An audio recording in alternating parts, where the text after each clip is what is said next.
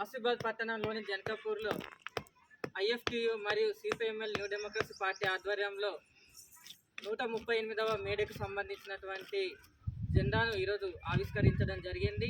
ఈ జెండా ఆవిష్కరణ ఎందుకంటే ఏదైతే అమెరికాలోని చికాగో నగరంలో రోజుకు 12-24 గంటలు పనిచేస్తున్నటువంటి తరుణంలో రోజుకు కనీసం 8 గంటలు మాత్రమే పని దినం కావాలని చెప్పేసి అక్కడ ఉన్నటువంటి కార్మిక వర్గం, అక్కడ ఉన్నటువంటి కర్షకులందరూ కూడా సమ్మె బాట పట్టిండ్రు, సమ్మె చేసిండ్రు. అదేవిధంగా అనేకమైనటువంటి పోరాటాలు చేస్తే వాళ్ళ మీద లాఠీ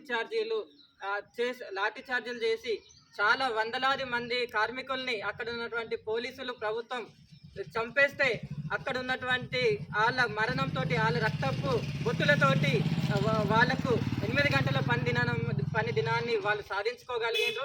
అప్పటి నుంచి ఇప్పటి వరకు కూడా మేడకు సంబంధించినటువంటి మే 1కు ఈ యొక్క జెండా ఆవిష్కరణ ప్రతి కమ్యూనిస్టు పార్టీలు, విప్లవ పార్టీలు ఎగిరవేయడం జరుగుతుంది. అదేవిధంగా ఏదైతే ఈ యొక్క దేశంలో నరేంద్ర మోడీ ప్రభుత్వం గత 10 సంవత్సరాల నుంచి కార్మికులకు సంబంధించినటువంటి 29 చట్టాలను 4 చట్టాలుగా తీసుకొచ్చి కార్మికుల హక్కులను కాలరాస్తున్నటువంటి పరిస్థితి ఉంది.